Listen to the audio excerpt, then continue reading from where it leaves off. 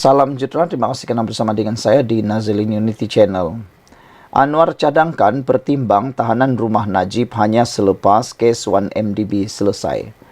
Saudara-saudara sekalian, ada ramai orang yang menggunakan isu ini seakan-akan isu ini boleh membunuh Anwar, tapi kalau anda fikir baik-baik, anda fahami baik-baik apa yang Anwar cakap itu, anda akan faham bahawa Najib memang tiada harapan untuk dapat tahanan di rumah sehingga beliau selesai hukumannya. Kerana seperti yang telah diberikan pertimbangan oleh Ketua Duli Yang Maha Mulia yang di-Pertuan Agong pengampunan kepada Najib, Najib telah pun mendapat diskaun hukuman penjara 50% dan kini beliau perlu menjalaninya sekejap sahaja lagi. Berbanding dengan kes 1MDB Najib yang lama lagi, terlalu jauh lagi untuk selesai, bermaksud selagi Najib belum selesai kes itu, sama ada dia bersalah atau tidak, Anwar ataupun kerajaan tidak akan bercadang untuk mempertimbangkan tahanan rumah Najib. Dengan kata yang lain, ada win-win situation di sana. Anwar Ibrahim tidak akan pertimbang tahanan rumah Najib selagi kes 1MDB tidak selesai. Inilah yang sebenarnya disukai oleh rakyat. Kerana ramai rakyat yang bertanya, kalau Najib diberikan pertimbangan tahanan rumah, tiba-tiba beliau kalah pula dalam kes 1MDB yang masih banyak berjalan, apa pula yang akan berlaku? Takkanlah Najib akan terus tinggal di dalam rumah. Bagaimana pula dengan kesalahan baru tersebut kalau dia tidak jatuhi atau didapati bersalah? Itulah persoalannya. Jadi jawapan Anwar Ibrahim ini cukup tepat, padu dan padat. Datuk Seri Anwar Ibrahim berkata, Datuk Seri Najib Razak perlu melalui proses yang sedang berjalan, termasuk perbicaraan di mahkamah membabitkan kes 1MDB. Perkara itu ditegaskan Perdana Menteri ketika ditanya mengenai pendirian beliau terhadap isu pengampunan Najib, terutama membabitkan titah addendum berkait tahanan di rumah ketika sesi temu bual di Sempena Forum Ekonomi Doha.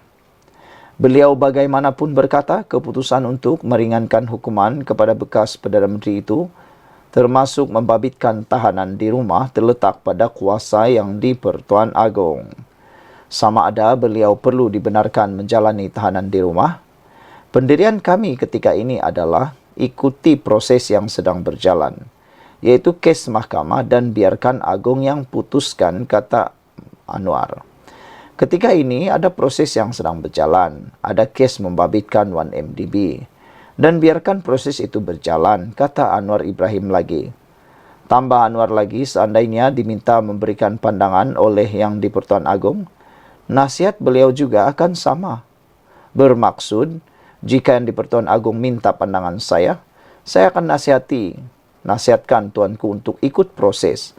Tetapi perlembagaan memberikan kuasa kepada Agong untuk akhirnya membuat keputusan, kata Anwar lagi. Jadi saya sebagai Perdana Menteri tidak seharusnya mendahului Agong, katanya.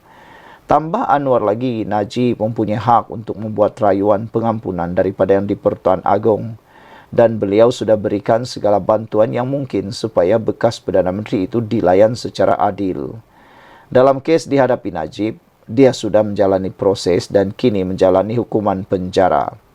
Sudah tentu beliau ada hak untuk menyeru pengampunan, merayu pengampunan daripada Agong, dan saya nasihat baginda supaya melayaninya seperti mana rakyat Malaysia lain yang turut membuat permohonan sama, katanya.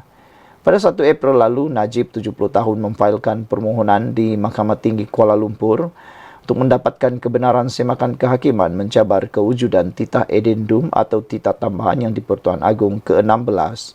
Susulan itu, Presiden UMNO Datuk Seri Dr. Ahmad Zaid Hamidi memfailkan afidavit selaku saksi kritikal yang mengikrarkan afidavit bagi menyokong permohonan Najib mendapatkan kebenaran semakan kehakiman mencabar kewujudan titah addendum itu. Menerusi afidavit diikrarkan Zahid Hamidi, pada 9 April, beliau memaklumkan mengenai kewujudan titah itu oleh Menteri Pelaburan, Perdagangan dan Industri Datuk Seri Tengku Zafrul Tengku Abdul Aziz ketika pertemuan di rumah Presiden UMNO di Country Heights, Kajang pada 30 Januari lalu. Titah Edindum berkenan supaya bekas Perdana Menteri itu menjalani tempoh pemenjaraan selama 6 tahun di rumah. Sekian untuk kali ini. Jangan lupa tinggalkan komen anda, tekan butang subscribe. Salam sejahtera, terima kasih kerana bersama dengan saya di Nazilin Unity Channel. Pastinya isu kali ini paling menarik.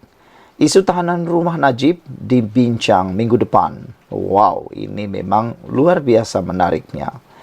Adakah Najib akan dapat penahanan rumah atau bagaimana? Isu tahanan rumah membabitkan bekas Perdana Menteri Datuk Seri Najib Razak dijangka dibincangkan lebih lanjut dalam mesyuarat Jemaah Menteri minggu depan. Perkara itu dimaklumkan Menteri Komunikasi Fahmi Fadzil pada sidang akbar selepas mesyuarat Jemaah Menteri hari ini. Fahmi bagaimanapun berkata, isu itu tidak dibincangkan dalam mesyuarat Jemaah Menteri tadi yang dipengerusikan Timbalan Perdana Menteri Datuk Seri Ahmad Zahid Hamidi. Sebelum ini, Anwar berpandangan yang di Pertuan Agong hanya perlu mempertimbangkan tahanan rumah kepada Najib selepas kes 1MDB dihadapi bekas Perdana Menteri itu selesai.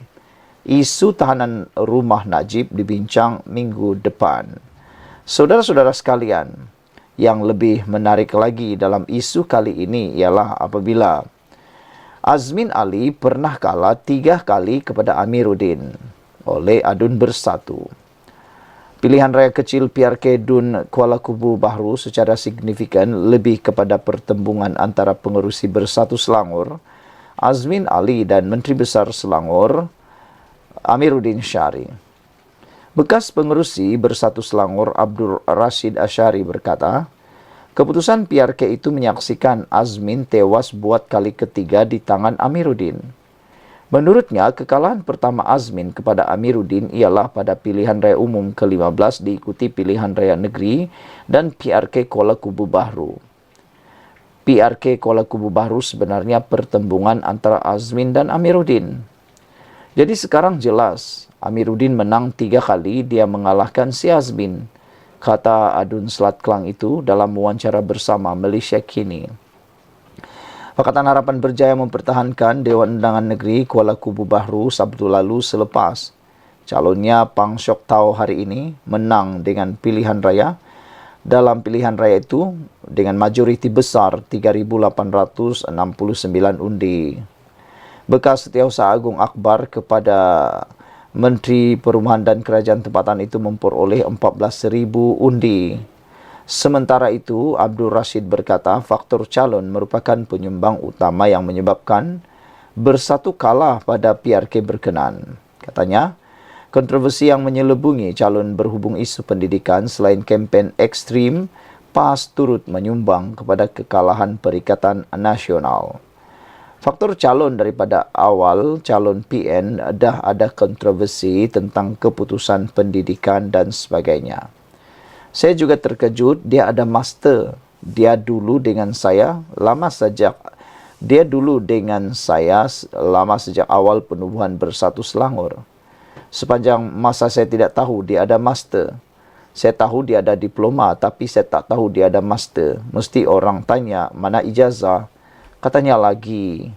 Saudara-saudara sekalian, berbalik kepada isu Najib, adakah Najib akan dapat tahanan rumah seperti yang dikehendakinya, ataupun Najib akan terus tinggal di penjara Kajang sehingga kes 1MB beliau dapat diselesaikan.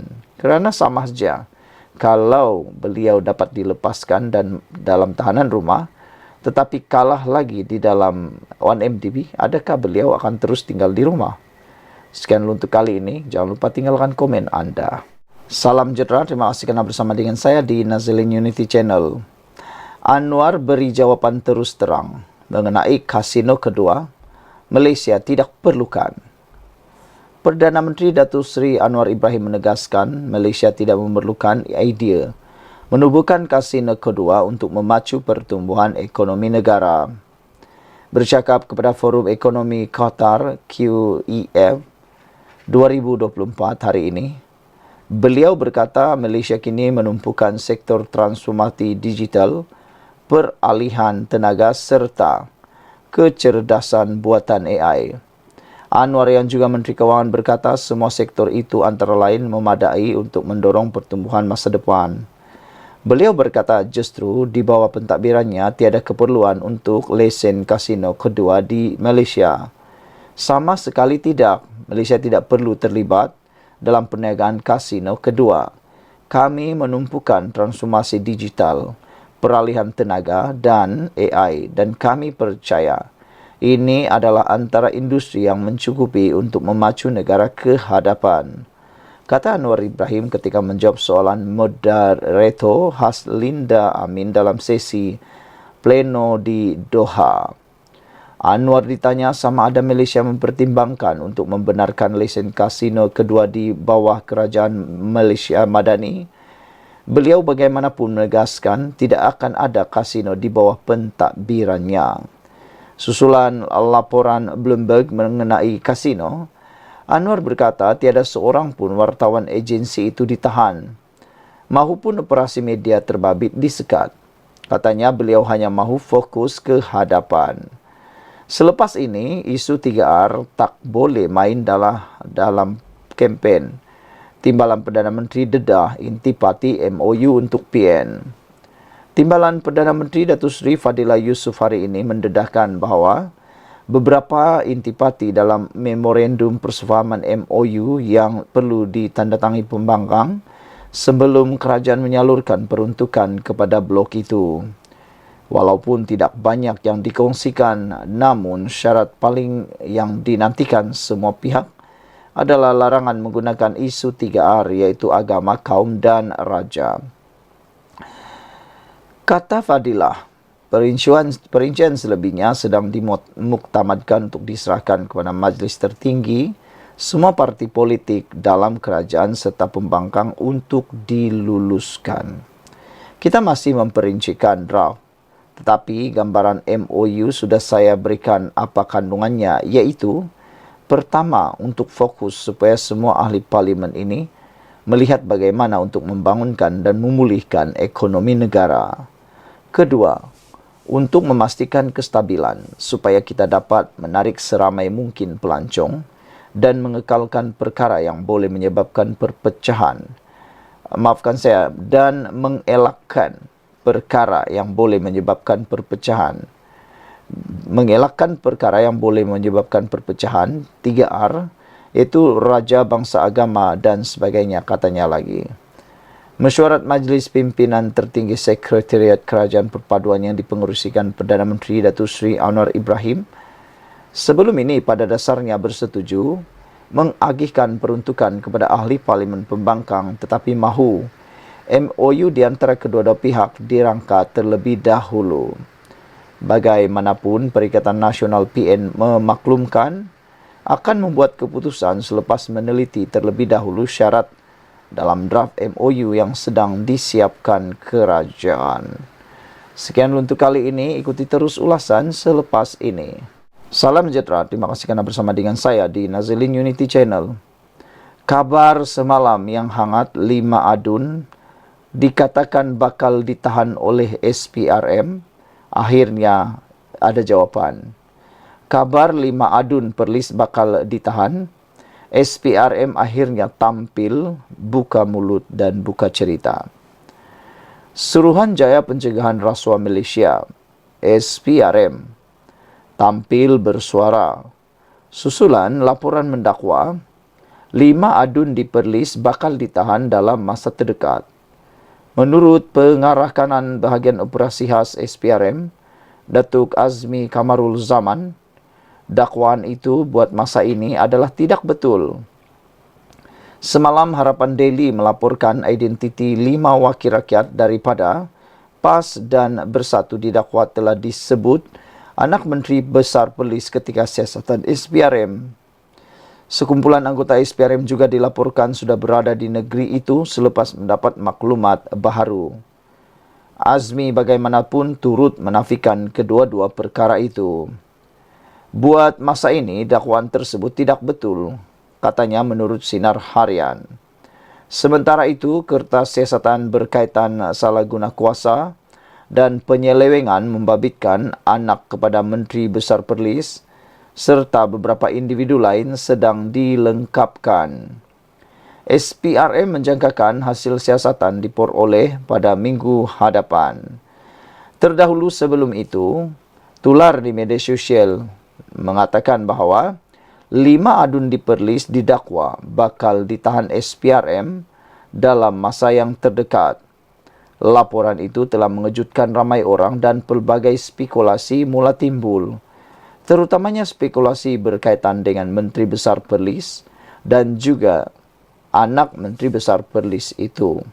Sehingga ada yang mula berteka-teki, sehingga ada yang mula menjangka, sehingga ada yang mula meramal, ada yang sehingga ramalan mereka itu keterlaluan, dan ada yang kata Perikatan Nasional di Perlis mungkin sudah sampai ke tahap akhirnya.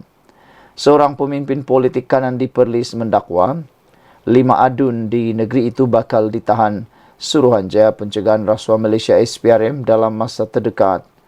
Ia susulan penahanan anak kepada Menteri Besar Perlis yang ditahan agensi itu hujung April lalu atas dakwaan membuat tuntutan palsu terhadap kerja yang tidak dilaksanakan berjumlah RM600,000. Ketika dihubungi Harapan Daily, ahli politik itu mendakwa identiti 5 adun telah disebut sendiri oleh anak Menteri Besar Perlis, Syafiq, ketika siasatan oleh SPRM. Ahli politik dari Parti Kerajaan Perpaduan itu memberitahu dia peroleh maklumat tersebut dari sumber terdekat yang boleh dipercayai. Namun bila ditanya adakah sumber itu dari pegawai SPRM, dia menafikan. 5 wakil rakyat itu dipercayai pemimpin daripada PAS dan Bersatu.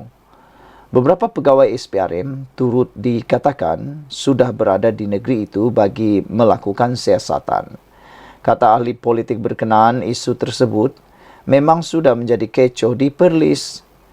SPRM ramai sekarang dekat Perlis. Pegawai berkeliaran di sana sini, di sini sebab macam-macam sumber mereka dapat, kata laporan itu. Inilah yang sedang menjadi bualan ramai, katanya kepada Harapan Daily. Dakwanya ketika ini sedang berlaku pertukaran pegawai kanan kerajaan dengan drastik selepas beberapa pegawai turut ditahan dalam kes pemalsuan dokumen. Kebetulan pun Perlis sekarang ini pertukaran pegawai kanan kerajaan sedang berlaku dengan drastik. Setiausaha kerajaan negeri pun akan ditukar menurutnya. Untuk rekod, siasatan SPRM ke atas anak Menteri Besar Perlis turut membabitkan pemalsuan penyediaan minuman untuk kegunaan Raja Perlis yang dirawat di Hospital Tuanku Fauzia. Berdasarkan dokumen arahan pembayaran bertarikh 19 Februari tahun ini, yang mendakwa telah membekalkan air kepada Raja Perlis dengan keseluruhan kos berjumlah RM19,505.10.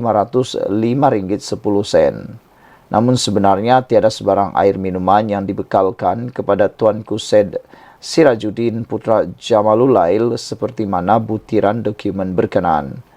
Muhammad Syukri Ramli turut disiasat SPRM susulan dakwaan salah guna kuasa memberi projek kepada anaknya yang memonopoli projek bekalan perkhidmatan dan kerja penyelenggaraan menggunakan 15 syarikat. Macam-macam orang cakap pasal politik Perlis kebelakangan ini. Tiba-tiba hangat sehangat El Nino.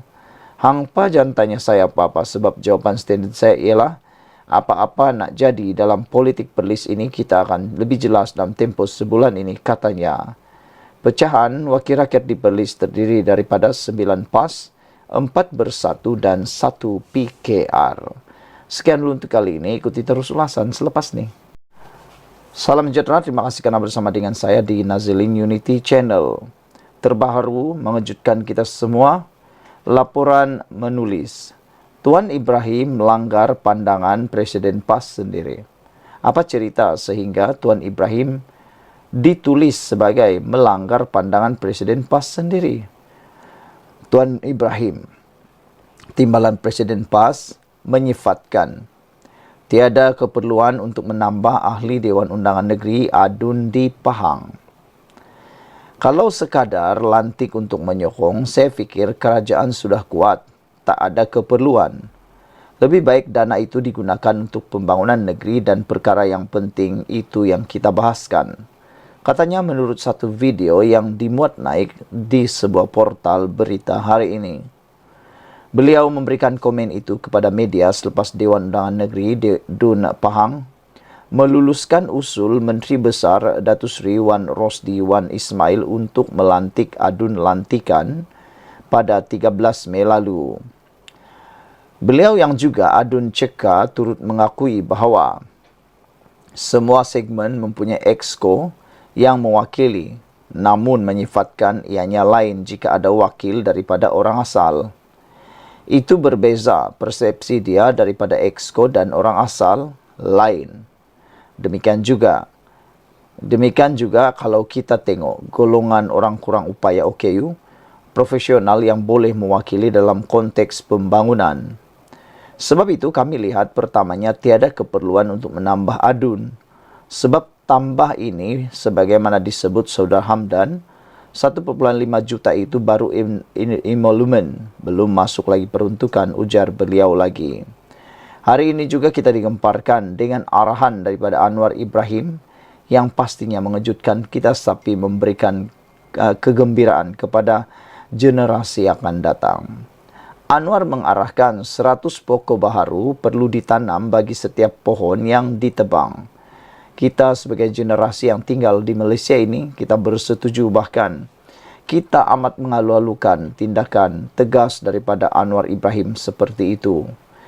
Betullah kita mengharapkan 1 pohon ditebang perlu diganti dengan 100 pohon baharu. Perdana Menteri Datuk Seri Anwar Ibrahim mengarahkan 100 pokok baharu ditanam semula bagi menggantikan pokok lama yang ditembang di Kuala Lumpur. Arahan itu hadir selepas berlaku beberapa kejadian pokok tumbang di sekitar ibu negara sehingga ada yang terkorban. Anwar mengeluarkan arahan tersebut menerusi hantaran di platform X. Saya telah memberi arahan kepada Datuk Bandar iaitu bagi setiap pohon yang terpaksa dipotong, 100 pokok baharu wajib ditanam semula, katanya. Terdahulu, Menteri Wilayah Persekutuan Dr. Zaliha Mustafa mengarahkan agar Dewan Bandaraya Kuala Lumpur menebang pokok-pokok yang berisiko tinggi. Pada masa yang sama, DBKL juga diarahkan menambah baik pelan pengurusan pokok rendang dan menyediakan garis panduan baharu berkaitan pokok berusia atau berisiko tinggi. Saudara-saudara sekalian, penjawat awam ditahan selepas ditahan salah guna jawatan kerana meluluskan RM12,000 untuk kegunaan diri.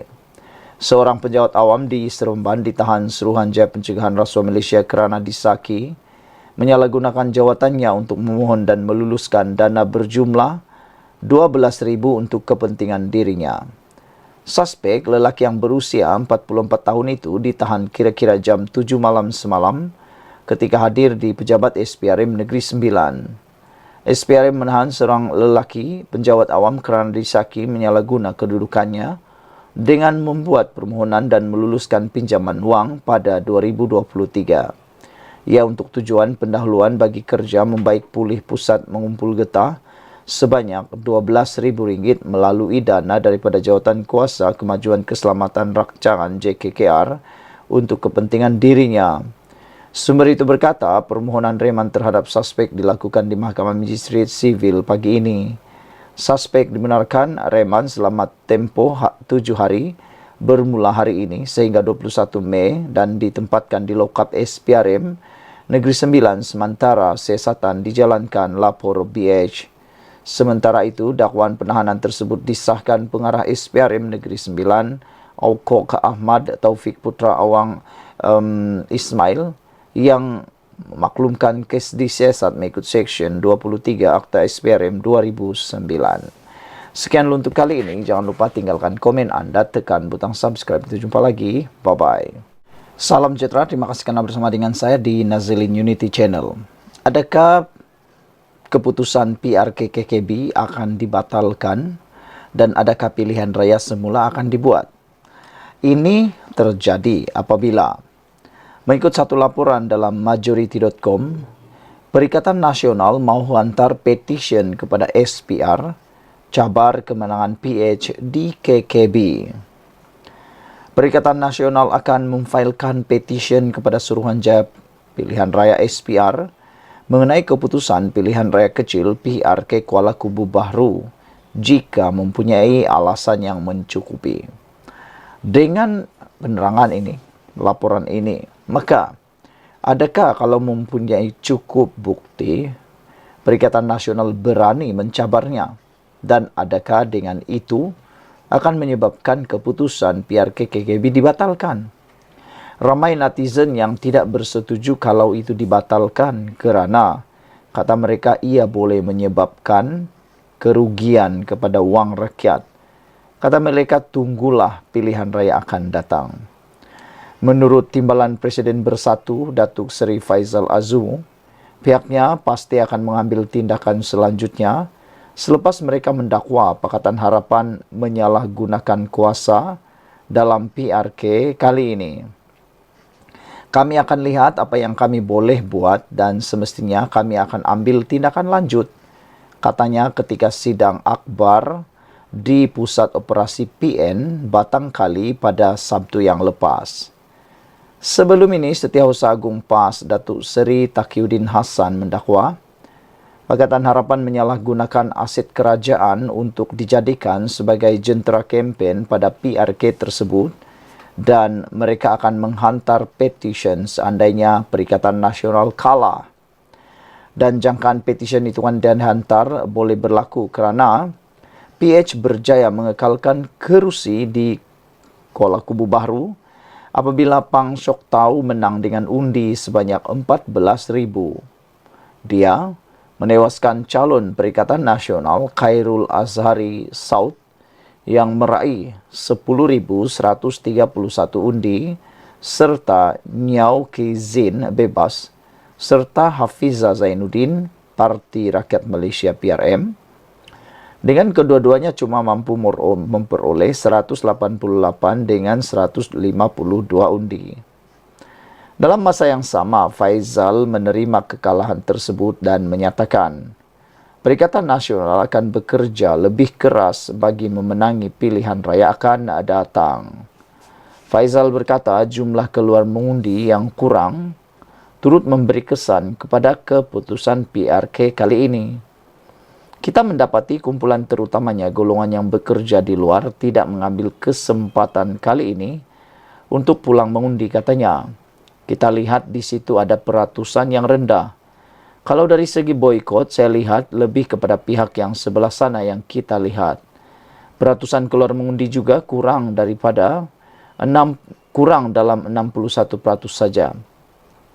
Kami menerima keputusan itu dan akan bekerja lebih keras pada masa akan datang, katanya. InsyaAllah kami akan kembali semula di Kuala Kubu Bahru, ujar Faizal lagi. Saudara-saudara sekalian, dengan ini adakah Perikatan Nasional benar-benar berani mencabar keputusan ini melalui petisyen dan benarkah mereka mempunyai bukti? Kalau tiada, maknanya itu hanya satu provokasi dan propaganda murahan. Sekian dulu untuk kali ini. Jangan lupa tinggalkan komen Anda. Sila tekan butang subscribe. Kita jumpa lagi.